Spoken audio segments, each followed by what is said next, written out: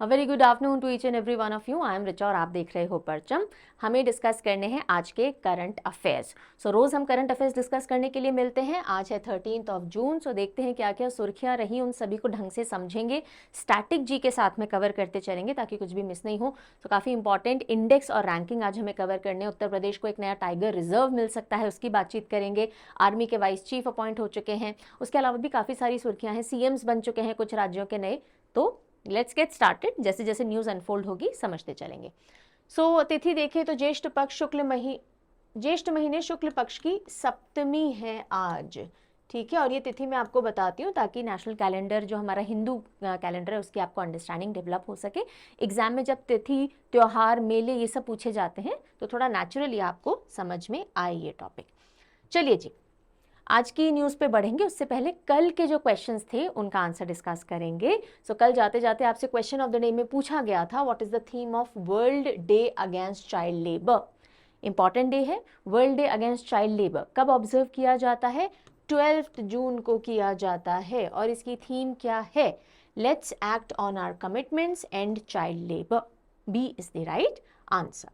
और कल एक ही क्वेश्चन मैंने आपसे सेशन के दौरान किया था। सुभाष झा, आपका रिस्पॉन्स पिक हुआ है। Who is the head of International Labour Organization. ये जो अभी हमने चाइल्ड लेबर के अगेंस्ट देखा इंपॉर्टेंट डे, ये कौन सी ऑर्गेनाइजेशन ऑब्जर्व करती है? आईएलओ करती है। तो मैंने आपसे पूछा था आईएलओ के हेड कौन है? Gilbert F Houngbo is the head of International Labour Organization, director general हैं ये। चलिए जी, आज आते हैं हम 13 जून पे। और एक इंपॉर्टेंट डे इस दिन ऑब्जर्व किया जाता है, that is international albinism awareness day. Albinism, albinos, जिन्हें अगर स्कूल में कभी आपके स्कूल में कोई ऐसा स्टूडेंट रहा, कॉलेज में, जिसकी स्किन में मेलेनिन नहीं था, वाइट स्किन दिखती थी, हेयर बिल्कुल ब्लॉन्ड गोल्डन दिखते थे, आई लैशेस भी इसी तरह की होती थी, हम उनको सूरजमुखी बच्चे कहते थे। राइट, हमारे टाइम में तो यही हुआ था। मेरे स्कूल में एक ऐसा चाइल्ड था। बट येस, उन बच्चों के लिए लाइफ थोड़ी डिफिकल्ट हो जाती है बिकॉज दे लुक डिफरेंट, इसलिए थोड़ा सा उनको डिफरेंशियल ट्रीटमेंट मिलता है। बट इसी सिचुएशन के लिए अवेयरनेस क्रिएट करने के लिए दिन ग्लोबली मनाया जाता है, इंटरनेशनल एल्बिनिज्म अवेयरनेस डे। क्या होता है एल्बिनिज्म? कौन होते हैं एल्बिनोस? एल्बिनिज्म एक जेनेटिक कंडीशन होती है, वंशानुगत होती है, पेरेंट्स से आपको मिलती है और बचपन से ही होती है। स्किन में हमारे एक पिगमेंट होता है जिसे हम मेलेनिन कहते हैं। क्या कहते हैं? मेलेनिन। उस मेलेनिन की वजह से हमको हमारी स्किन का कलर मिलता है। कुछ लोगों की स्किन में ये मेलेनिन ज़्यादा होता है तो वो डार्कर स्किन टोन के होते हैं, कुछ में कम होता है तो फेयर और स्किन टोन के होते हैं। एल्बिनिज्म कंडीशन में मेलेनिन होता ही नहीं है, तो एकदम वाइटिश स्किन होती है। हेयर में भी कोई कलर नहीं आता, आईलैशेस में भी कोई कलर नहीं आता, एट्सेट्रा। लेकिन ये जो कंडीशन है नॉन कंटेजियस है, ऐसा नहीं हाथ लगा दोगे तो दूसरों में फैल जाएगी। तो इसी की अंडरस्टैंडिंग देने के लिए कि भाई इससे कुछ दूसरों को इशू नहीं होता, फैलती नहीं है, ये कंडीशन है जो इस इंसान को गुजरना होता है। और इसमें कुछ नहीं होता, इट्स जस्ट दैट आपके अंदर मेलेनिन नहीं होने की वजह से आप सनरेज से बहुत ज़्यादा ससेप्टेबल होते हैं, आप धूप में बहुत ज़्यादा नहीं जा सकते, आपकी स्किन सेंसिटिव होती है, स्किन कैंसर होने के चांसेस आपको बहुत ज़्यादा हो जाते हैं। ये सब तो है ही, लेकिन साथ साथ सोशली आपको जो प्रॉब्लम होती है वो नहीं हो, इसके लिए अवेयरनेस डे लाया गया है। थीम क्या है? 10 years ऑफ IAAD। 10 साल पूरे हो चुके हैं जब से दिन ऑब्जर्व करना शुरू किया गया था। और यही इस बार की थीम भी रखी है, a decade of collective progress.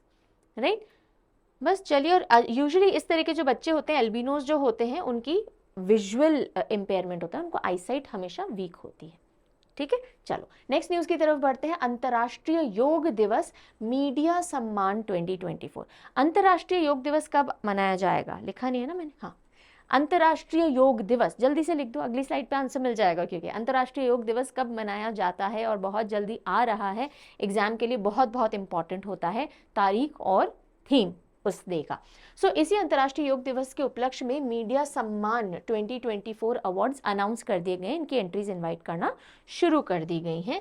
क्या है ये मीडिया सम्मान award? Ministry of information and broadcasting, नए कैबिनेट मिनिस्टर्स हो चुके हैं अपॉइंट, है ना। और आज आपको वीडियो मिल जाएगा, निमोनिक से सारे कैबिनेट मिनिस्टर्स हम याद करेंगे, उनको कौन सा पोर्टफोलियो मिला, कौन सी कॉन्स्टिट्यूएंसी से वो आए हैं, कौन सी पार्टी को वो बिलोंग करते हैं, क्योंकि इस बार कोलिशन गवर्नमेंट है। है ना, गठबंधन की सरकार है। तो ये वीडियो आज आपको मिल जाएगा, 7 o'clock वाला जो आपका स्लॉट होता है उसमें हम अवेलेबल करवा देंगे। 4 o'clock भी हो सकता है, 7 o'clock, आप 7 o'clock मान के चलिए। सो ministry of information and broadcasting ने अनाउंस किया है 3rd एडिशन अंतर्राष्ट्रीय योग दिवस मीडिया सम्मान का, जिसके तहत जर्नलिज्म और मीडिया का जो रोल है योग के बारे में इंफॉर्मेशन फैलाने में, उसको सम्मानित करने के लिए टोटल 33 अवार्ड्स कॉन्फर किए जाएंगे 3 कैटेगरीज में। कितने अवार्ड दिए जाएंगे? 33, 3 कैटेगरी में, तीनों कैटेगरी में 11-11 अवार्ड्स दिए जाएंगे। अभी एंट्रीज इनवाइट की गई हैं। प्रिंट, टेलीविजन और रेडियो, ये 3 कैटेगरीज हैं, और 22 इंडियन लैंग्वेजेस प्लस इंग्लिश के अंदर जो भी ब्रॉडकास्टिंग, प्रसारण, प्रिंटिंग होती है जर्नलिज्म में, उनको कंसिडर किया जाएगा। So 11 award each. Best media coverage in yoga in newspaper, best media coverage in yoga in electronic media यानी TV, and best media coverage in yoga in electronic media radio. ठीक है, टीवी, रेडियो और न्यूज़पेपर। Got it ji? बस इतनी सी बात है। अब ये 3rd एडिशन हम बोल रहे हैं ना, तो जो 1st एडिशन था वो कब किया गया था? 2020 में किया गया। 2nd एडिशन के जो विनर्स हैं उनको अभी तक अवार्ड दिए नहीं गए हैं, तो 3rd एडिशन और 2nd एडिशन के विनर्स को एक साथ अवार्ड दिया जाएगा। और ये रहा इंटरनेशनल योग दिवस। कब मनाया जाता है? 21 जून, 21 जून, बिल्कुल छाप लीजिएगा दिमाग में। और थीम क्या है इस बार की? विमेन एम्पावरमेंट से रिलेटेड है, योग for women empowerment, right? This is important. चलो, अब एक सैड डिमाइस यानी ओबिचुअरी की तरफ हम चलेंगे। एक दुखद निधन हुआ है प्रमुख व्यक्ति का, सरोद माइस्ट्रो। ये सरोद म्यूजिकल इंस्ट्रूमेंट है, ठीक है? किस टाइप का म्यूजिकल इंस्ट्रूमेंट है ये? लिख दीजिए। कल आपने आर्ट एंड कल्चर के अंदर musical instruments and famous personalities related to musical instrument, उनकी बायोग्राफी पूरी पढ़ी होगी, राइट? और यहीं पे मैं बता दूं कि सिर्फ 5-6 ऐसे चैप्टर हैं आर्ट एंड कल्चर के जो कि मैं स्टैटिक जी के कोर्स में एक और फैकल्टी से करवा रही हूँ, बिकॉज उनमें निमोनिक्स बिल्कुल इन्वॉल्व नहीं है। इसलिए मैंने आर्ट एंड कल्चर के ही स्पेशलिस्ट को बुलाया जो यूपीएससी तक को पढ़ाते हैं, वो आपको ये 5-6 चैप्टर्स पढ़ा रहे हैं। बाकी सब ऑफकोर्स मैंने ही पढ़ाया, और जो थोड़े बहुत चैप्टर बचे हुए हैं वो within a couple of days I will take again with mnemonics, ठीक है? Any which ways, coming back, तो जल्दी से मुझे बताइए ये जो सरोद होता है ये किस तरह का म्यूजिकल इंस्ट्रूमेंट होता है? कौन सी कैटेगरी में आता है ये? है ना, 4 मेजर कैटेगरीज होती है म्यूजिकल इंस्ट्रूमेंट की, ये कौन सी कैटेगरी में आता है? सो सरोद माइस्ट्रो राजीव तारानाथ जी, राजीव तारानाथ जी जो कि सरोद बजाने के लिए जाने जाते थे, माइस्ट्रो थे, उनका अब निधन हो चुका है मैसूरू, कर्नाटका के अंदर। ये सैनिया मेहर घराना को बिलोंग करते थे। घरानाज आर वेरी इंपॉर्टेंट, ठीक है? जब कभी भी आप म्यूजिशियन की बात करते हो तो वो कौन सा म्यूजिकल इंस्ट्रूमेंट प्ले करते हैं, उनके गुरु अगर कोई प्रोमिनेंट रहे हैं वो कौन रहे, और वो कौन से घराने को बिलोंग करते हैं, कौन से स्कूल ऑफ थॉट को बिलोंग करते हैं। सो तारानाथ जी सैनिया मेहर घराने के थे, और ये उस्ताद अली अकबर खान साहब के शागिर्द थे मेनली। इसी के साथ साथ इंग्लिश लिटरेचर के स्कॉलर भी थे, और जो आर्डन एडिशन ऑफ शेक्सपियर है उसमें इनका रेफरेंसेस भी मेंशन किए गए, यानी कि शेक्सपियर के ऊपर बहुत सारे आर्टिकल्स लिखे गए हैं और उनका एक पूरा compilation Arden edition of Shakespeare के अंदर निकाला गया, तो उनमें इनका भी रेफरेंस है, यानी इनका कंट्रीब्यूशन भी है। इनको संगीत नाटक अकादमी अवार्ड से सम्मानित किया जा चुका है 2000 में, एंड पद्मश्री 2019 में सम्मानित किया जा चुका था। कर्नाटका गवर्नमेंट ने भी इनको काफ़ी सारे अवार्ड दिए थे, जैसे कि राज्योत्सव अवार्ड, ठीक है? सो नाम ध्यान रखेंगे, राजीव तारानाथ जी, और इनको सरोद की दुनिया जगत से जाना जाता था, और अब इनका निधन हो गया है। कौन से घराने को बिलोंग करते हैं? सैनिया मेहर घराना। किसके शागिर्द थे? उस्ताद अली अकबर खान साहब के। चलिए नेक्स्ट न्यूज़ आ रही है एक अपॉइंटमेंट से रिलेटेड। COAI के नए चेयरपर्सन अपॉइंट किए गए हैं। COAI is cellular operators association of India. Cellular operators, जो आप सेलफोन्स वगैरह चलाते हैं ना, so cellular operators association of India के नए चेयरपर्सन किसे नियुक्त किया गया है? अभिजीत किशोर। किशोर कुमार के गाने आप सेल्यूलर फोन पे सुन रहे हो, ऐसा कुछ याद कर लीजिए। सो अभिजीत भी सिंगर थे, किशोर भी सिंगर हैं, किशोर भी सिंगर थे, तो उनसे कर सकते हो। टेलीकॉम इंडस्ट्री एसोसिएशन है ये, जो भी टेलीकॉम इंडस्ट्री हमारी है उसकी एक एसोसिएशन है COAI, उसके नए चेयरपर्सन अभिजीत किशोर जी को अपॉइंट किया गया है। और अदरवाइज ये वोडाफोन आइडियाज़ COO हैं, चीफ ऑपरेटिंग ऑफिसर हैं, ठीक है? चलो, कब से ये अपना कार्यभार संभालेंगे? जून 2024 से। नेक्स्ट इंपॉर्टेंट इंफॉर्मेशन आ रही है आर्मी के वाइस चीफ के अपॉइंटमेंट से रिलेटेड। ओके, सो Lieutenant General या Lieutenant General, both pronunciations are correct, Upendra Dwivedi ji has been appointed as the next Vice Chief of Army Staff. Army staff यानी Indian army के chief के बाद जो position होती है vice chief, वो कौन संभालेंगे? Lieutenant general Upendra Dwivedi ji, right. And कब से? 30 जून 2024 से ये अपना कार्यभार संभालेंगे। और अभी थोड़े दिनों पहले हमने देखा था आर्मी चीफ जो हैं उनको 1 साल का अपनी सर्विस में एक्सटेंशन मिल गया है, यू रिमेंबर। सो ये एक और न्यूज़ हो गई। What else to tell you? Yes, okay, general lieutenant general Dwivedi ji ने अब ये वाइस चीफ तो बनेंगे इंडियन आर्मी के, इससे पहले प्रोमिनेंट पोजीशन कौन सी हैंडल कर रखी है? डायरेक्टर जनरल रह चुके हैं इन्फेंट्री के and general officer commanding in chief northern command जो इंडियन आर्मी की है उसके, और अब ये वाइस चीफ आर्मी स्टाफ के अपॉइंट किए गए हैं। जनरल मनोज पांडे, जो मैंने आपको बताया कि इनको रिटायर होना था 31 मई को, पर इनको 1 महीने का, नॉट 1 साल का, डिड आई से 1 ईयर, 1 मंथ का एक्सटेंशन दे दिया गया है। और जो जनरली आर्मी चीफ होते हैं उनका रिटायरमेंट कैसे होता है? या तो उन्होंने 3 साल पूरे कर लिए अपने सर्विस में, या फिर वो 62 ईयर्स अटेन कर चुके हो, विच एवर कम्स अर्लियर उसके हिसाब से रिटायर हो जाते हैं, राइट। इसी के साथ साथ ये मैंने कुछ एडिशनल इन्फो दे दी है, इंडियन आर्मी के चीफ और वाइस चीफ, इंडियन एयरफोर्स के चीफ और वाइस चीफ, राइट, क्योंकि जो बच्चे तैयारी में बिल्कुल नए नए होते हैं हो सकता है उनको नहीं पता हो। सो इंडियन नेवी के जो चीफ होते हैं वो एडमिरल पोजीशन पे होते हैं, एडमिरल दिनेश कुमार त्रिपाठी, और वाइस एडमिरल हैं Krishna Swaminathan. Okay, then Indian air force की अगर हम बात करें, so air chief marshal VR Chaudhari, Vivek Ram Chaudhari, and air marshal AP Singh, Amarpreet Singh. ये हमारे 6 लोग हो गए जो कि हमारे तीनों मेजर मिलिट्री एरियाज जो हैं आर्मी, नेवी, एयरफोर्स, उनको हेड कर रहे हैं। क्लियर है यहाँ तक की बात? उपेंद्र द्विवेदी जी याद रखिएगा। चलो अब आगे बढ़े, उससे पहले जितने भी नए बच्चे जुड़े हैं, पहली बात तो वेलकम टू परचम। दूसरी बात कि आज आप जो भी कुछ पढ़ रहे हो उसके नोट्स बनाने की मेरे ओपिनियन में आपको ज़रूरत नहीं है, बिकॉज करंट अफेयर बहुत सारा होता है, आप सीधे PDF से पढ़ सकते हो। PDF कहाँ से एक्सेस कर सकते हो? डेली CA के, तो आप परचम के टेलीग्राम चैनल और परचम ऐप के फ्री मटीरियल सेक्शन से एक्सेस कर सकते हो। हिंदी का अलग, इंग्लिश का अलग मिल जाता है। इसके अलावा अगर आपको कोई PDF चाहिए, जैसे कि वीकली PDF चाहिए, मंथली मैगजीन चाहिए करंट अफेयर की, जिसमें सारा current affair category wise static GK के साथ मिल जाता है, जैसे कि ये, तो उसके लिए परचमclasses.in पे जाना होगा।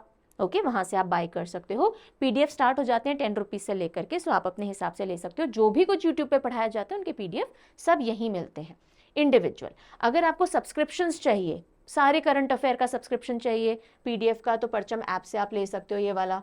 उसके अलावा अगर सवाल ई-बुक का एनुअल सब्सक्रिप्शन चाहिए, हर महीने 200 MCQs करंट अफेयर के विद एक्सप्लेनेशन, तो ये भी आप ऐप से ले सकते हो। कोर्सेज चाहिए कोई, ऐप से जा करके चेकआउट कर सकते हो।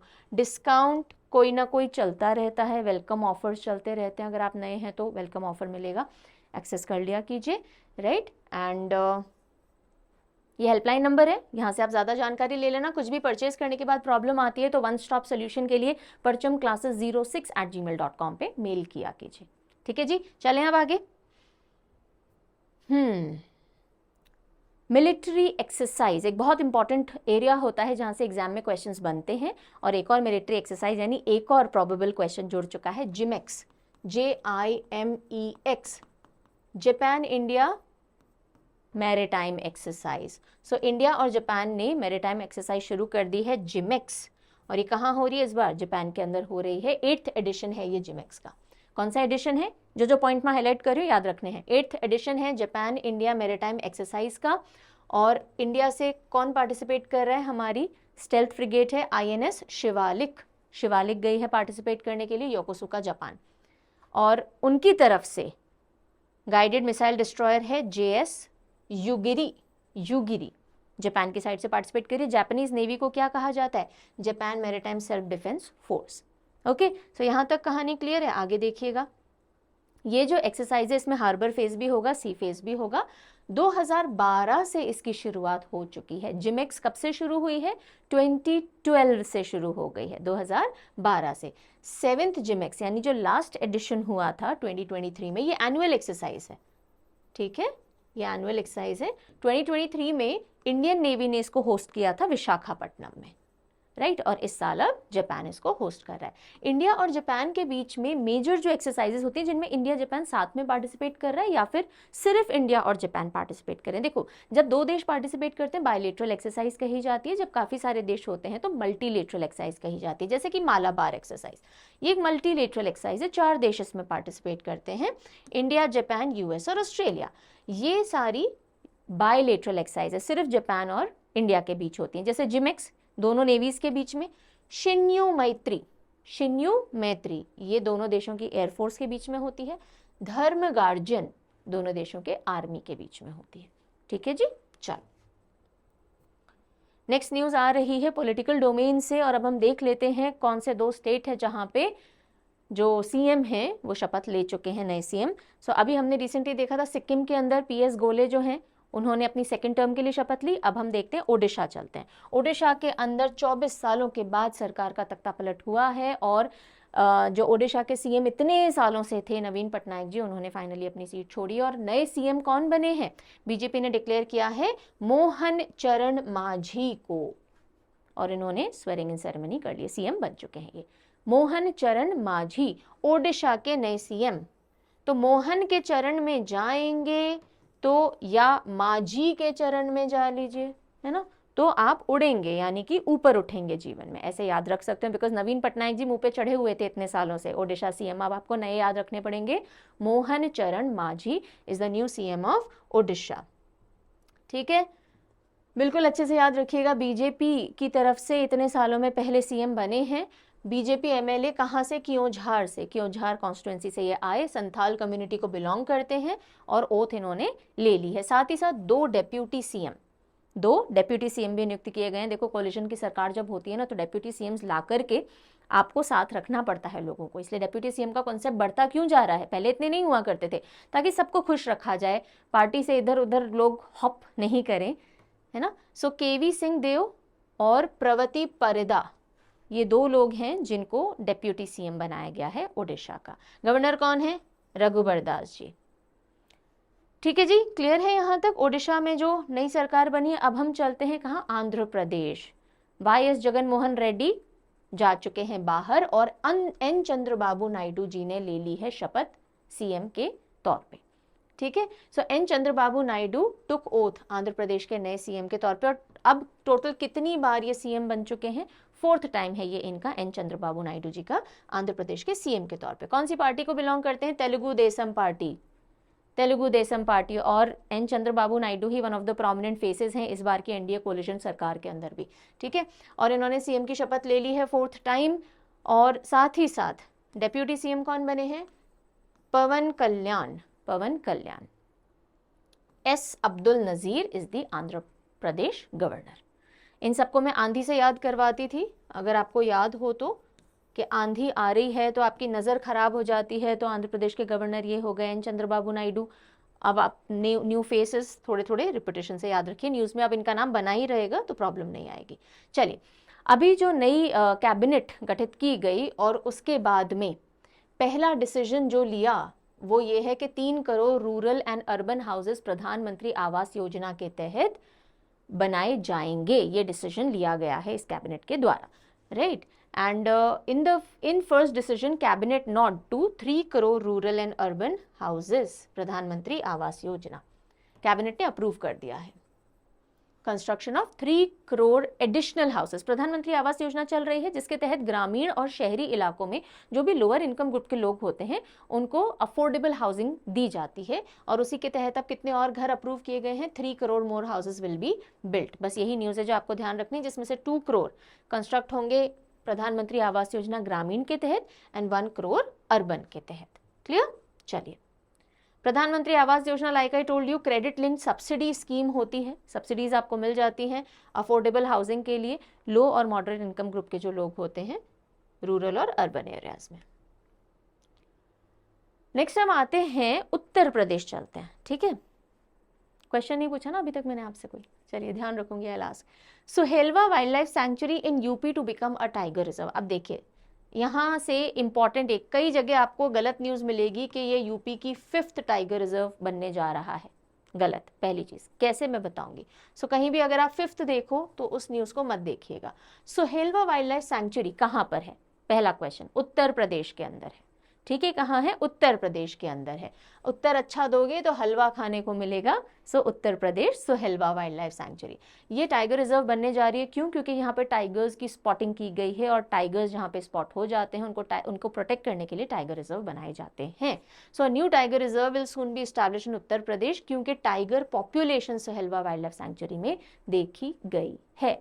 राइट, एंड ये कौन से डिस्ट्रिक्ट्स में फैला हुआ है उत्तर प्रदेश के? ये Sohelwa wild life sanctuary Balrampur, Shravasti और गोंडा जिले के अंदर। राइट, और 10th एनिवर्सरी सेलिब्रेशन चल रहा था पीलीभीत टाइगर रिजर्व का, वहां पे ये अनाउंसमेंट आया है कि भाई इसको भी टाइगर रिजर्व जल्दी बनाया जाएगा। 452 स्क्वायर किलोमीटर दायरे के अंदर सोहेलवा वाइल्ड लाइफ सैंक्चुरी फैली हुई है और एनटीसीए ने पिक्चर्स इमेजेस कैप्चर की हैं जिससे टाइगर पॉपुलेशन कंफर्म हुई है।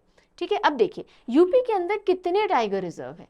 कोई बोलेंगे 4 है, कोई बोलेंगे 3 है। Right answer is 3। कभी भी अगर टाइगर रिजर्व को लेकर कंफ्यूजन होता है, एनटीसीए की वेबसाइट पे जा सकते हो, वहां पे क्लियर कट आपको दिख जाएगा कि दुधवा टाइगर रिजर्व है, पीलीभीत टाइगर रिजर्व है, रानीपुर टाइगर रिजर्व है। ठीक है, ये वाइल्ड लाइफ सैंक्चुरी भी है। अब इसको वाइल्ड लाइफ सैंक्चुरी लिखने की जरूरत नहीं, आप टाइगर रिजर्व लिखो इनके आगे। ठीक है, ये नेशनल पार्क भी है, टाइगर रिजर्व भी है। लेकिन ये जो अमानगढ़ टाइगर रिजर्व है, ये अलग से टाइगर रिजर्व नहीं काउंट किया जाता। वाई? बिकॉज ये जिम कॉर्बेट टाइगर रिजर्व का ही बफर एरिया है जो यूपी के अंदर पड़ता है। ठीक है, तो अगर आप एनटीसी की वेबसाइट पे भी जाओगे ना, Amangarh tiger reserve is not considered a separate tiger reserve. इसको टाइगर रिजर्व बोलते हैं, लेकिन ये जिम कॉर्बेट का ही बफर जोन है। लेकिन अब ये यूपी की बाउंड्री में आ गया तो इसलिए इसको हमने अमानगढ़ टाइगर रिजर्व बोल दिया। ठीक है, अदरवाइज अगर आप देखोगे यूपी के अंदर 3 टाइगर रिजर्व ही हैं। I am not saying this, NTCA national tiger conservation authority is saying it. Right, तो वहां जाके आप देख सकते हो। इंडिया में टोटल कितने टाइगर रिजर्व हैं? 55। लेटेस्ट एडिशन कौन सा है? राजस्थान का Dholpur Karauli tiger reserve 55th tiger reserve है। राइट, अब मुझे बता दीजिए फर्स्ट टाइगर रिजर्व। ठीक है, फर्स्ट टाइगर रिजर्व कौन सा है? सिंपल सा क्वेश्चन है, आई नो, कोई बात नहीं। प्रोजेक्ट टाइगर की शुरुआत कौन से साल में हुई और फर्स्ट टाइगर रिजर्व कौन सा बना? ठीक है, चलिए। टाइगर रिजर्व कौन नोटिफाई करता है? स्टेट गवर्नमेंट रिस्पॉन्सिबल होती है। जब तक स्टेट गवर्नमेंट की तरफ से नोटिफिकेशन नहीं आएगा ना, टाइगर रिजर्व नहीं बन सकता। हाँ, इसका अप्रूवल कौन देता है? एनटीसीए देती है, नेशनल टाइगर कंजर्वेशन अथॉरिटी देती है। लेकिन नोटिफाई स्टेट गवर्नमेंट करेगी as per the provision of section 38V या 38(5) of wild life protection act 1972। Got it? चलिए अगली खबर के लिए हम चलते हैं। Bird flu. Bird flu India के अंदर दस्तक दे चुका है फिर से, और वेस्ट बंगाल के अंदर एक बच्चे के अंदर बर्ड फ्लू का ह्यूमन केस मिल गया है। WHO ने कंफर्मेशन दे दी है, और अगर ध्यान नहीं रखा तो ये बहुत तेजी से फैल सकता है। वैसे बर्ड फ्लू बर्ड्स में होता है, लेकिन अगर आप कंटामिनेटेड बर्ड जो इस वायरस से ग्रसित है उनके टच में आओगे तो आपको भी हो सकता है। राइट, सो WHO ने कंफर्म किया है H9N2 bird flu in India in 4 year old, और वो 4 ईयर ओल्ड कहाँ का है? वेस्ट बंगाल का है। ठीक है, अभी तक हिंदुस्तान में सिर्फ दूसरा केस है जहां ह्यूमन बर्ड फ्लू देखा गया है। सबसे पहले 2019 के अंदर इसकी पुष्टि की गई थी। अब ये जो H9N2 वायरस है, ये एक सबस्ट्रेन है, सबस्ट्रेन एवियन इन्फ्लुएंजा वायरस का।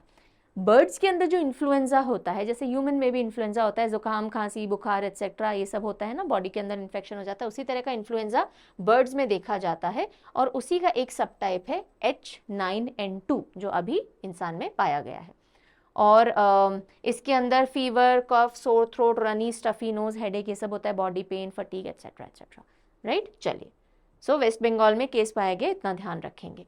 अब हम आ जाते हैं इंपॉर्टेंट इंडेक्सेस के ऊपर। सबसे पहले ये जो भी हम इंडेक्स पढ़ेंगे, जैसे अभी हम पढ़ रहे हैं global gender gap 2024, super important. Okay, बहुत ही जल्दी मैं 6 मंथ कंपाइलेशंस आपके लिए स्टार्ट कर दूंगी, because now SSC exams are nearing up, तो वो 6 मंथ कंपाइलेशन देख लीजिएगा। वैसे अगर आप मंथली पढ़ रहे हो, मंथली रिविजन्स कर रहे हो, तो आपके पास वो डेटा होगा, लेकिन एक साथ एक जगह मिल जाएगा, क्विक रिविजन हो जाएगा। सो ग्लोबल जेंडर गैप 2024 रिपोर्ट सामने आई है। कौन रिलीज करता है? सबसे पहला क्वेश्चन, वर्ल्ड इकोनॉमिक फोरम। कौन रिलीज करता है? World economic forum. अच्छे से ध्यान रखिएगा। इंडिया का रैंक क्या है ग्लोबल जेंडर गैप इंडेक्स के अंदर? 129 आउट ऑफ 146। 129 आउट ऑफ 146 क्या है ग्लोबल जेंडर गैप। दोनों जो जेंडर है आपके देश के अंदर, मेजर जेंडर्स की अगर हम बात करें मेल और फीमेल की, तो उनको जो अपॉर्चुनिटीज मिलती हैं, उनको जो इकोनॉमिक फ्रंट के आप उनको बढ़ने की कितनी अपॉर्चुनिटी दे रहे हो, दोनों अगर सेम काम कर रहे हैं तो पैसा दोनों को सेम मिल रहा है या नहीं मिल रहा, तो कितना जेंडर गैप है। ठीक है, जितना ज़्यादा दोनों जेंडर्स में गैप है आपके देश में ट्रीटमेंट को लेकर के, economically, socially, growth opportunity wise, उतना आपकी रैंकिंग नीचे आएगी। जितना गैप कम है उतना आपका रैंकिंग टॉप पे आएगा। तो टॉप पे कौन सा देश रहा जेंडर गैप रिपोर्ट में? आइसलैंड रहा जी। कहाँ? यहाँ मेल और फीमेल में एकदम ठंडक है, कोई आपस में दरार नहीं है, कोई गुस्से नहीं चल रहे हैं कि बहुत ज़्यादा जेंडर गैप है। Both are happy, both are peaceful. Iceland, याद रखने का तरीका बता रही हूँ। Followed by Finland, Norway, New Zealand, Sweden, सब सुंदर सुंदर देश है ना, टॉप 5 में ये आए हैं। इंडिया का रैंक रहा 129 आउट ऑफ 146। अगर हम मेजर और देश देख लें, यूके की हम बात करें 14th रैंक पे है, यूएसए की बात करें 43rd प्लेस पे, they all have fair enough ranking. Now last कौन आया है 146th रैंक किसका है? सूडान का। किसका है? सूडान का। और पाकिस्तान 145th है, right. No wonder, female opportunities, female exposure, female pay off, सब कुछ यहाँ पे कम है। So Pakistan and Sudan, Pakistan की रैंकिंग 3 प्लेसेस स्लिप हुई हैं, सेकेंड लास्ट तब पहुंचा है ये। तो ये रहे आपके टॉप 10। जेंडर गैप सबसे कम है आइसलैंड में, फिनलैंड, फिर नॉर्वे, न्यूजीलैंड और स्वीडन के अंदर 2024 की रैंकिंग के हिसाब से। अब अगर हम साउथ एशिया की बात करें, जहाँ इंडिया, हमारे नेबर्स सब आते हैं, साउथ एशिया की बात करें तो इंडिया का रैंक 5th है। साउथ एशिया में भी हम 5th रैंक पे हैं। हमसे पहले और कौन है? बांग्लादेश, नेपाल, श्रीलंका, भूटान, ये सब हमसे आगे हैं। पाकिस्तान ऑफ कोर्स पीछे है, राइट। और अब पहले ये देख लीजिए यहाँ पे पोजिशनिंग, ये ठीक है। अगर हम साउथ एशियन नेशंस के जेंडर गैप रिपोर्ट की बात करें, टॉप पे 99 रैंक पे Bangladesh is doing fairly well in gender gap in comparison to India. 99 rank पे साउथ एशिया में टॉप पे है। फिर आता है नेपाल, श्रीलंका, भूटान और 5th नंबर पे इंडिया आता है। ठीक है जी। अच्छा, अब वापस आ जाइए। इंडिया अमंग द इकोनॉमी जो कि lowest level of gender economic parity रखती है। पैरिटी यानी सिमिलैरिटी, राइट। तो इकोनॉमिक पैरिटी यानी पैसों के लेवल पे अगर हम दोनों जेंडर्स के बीच में सिमिलैरिटी देखें तो इंडिया लोएस्ट लेवल्स पे आता है। उन देशों के साथ खड़ा है जैसे Bangladesh, Sudan, Iran, Pakistan, Morocco. यहाँ पे इकोनॉमिक पैरिटी नहीं है, इकोनॉमिक इक्वालिटी नहीं है मेन और विमेन में, और इंडिया भी इन्हीं देशों के साथ कहीं लाइक कर रहा है इकोनॉमिक पैरिटी के कॉन्टेक्स्ट में। ठीक है, इन सब में 30% जेंडर पैरिटी अर्नड इनकम में देखी गई है, यानी एक पीस ऑफ वर्क, वही काम, फॉर एग्जाम्पल, बिल्कुल एक जनरल एग्जाम्पल लेते हैं, एक्टर एक्ट्रेसेस मूवी में काम करते हैं, दोनों मेल लीड्स हैं, एक हीरो है एक हीरोइन है। हीरो को जो परसेंटेज जो इनकम मिलेगी और हीरोइन को जो मिलेगी, दोनों में कितना डिफरेंस है, ये एक सिंपल सा एग्जाम्पल उठा लीजिए। ओके, आप एक मेल को हायर कर रहे हो, सेम जॉब करने के लिए एक फीमेल को हायर कर रहे हो, दोनों को तनख्वाह जो दे रहे हो उसमें कितना डिफरेंस है।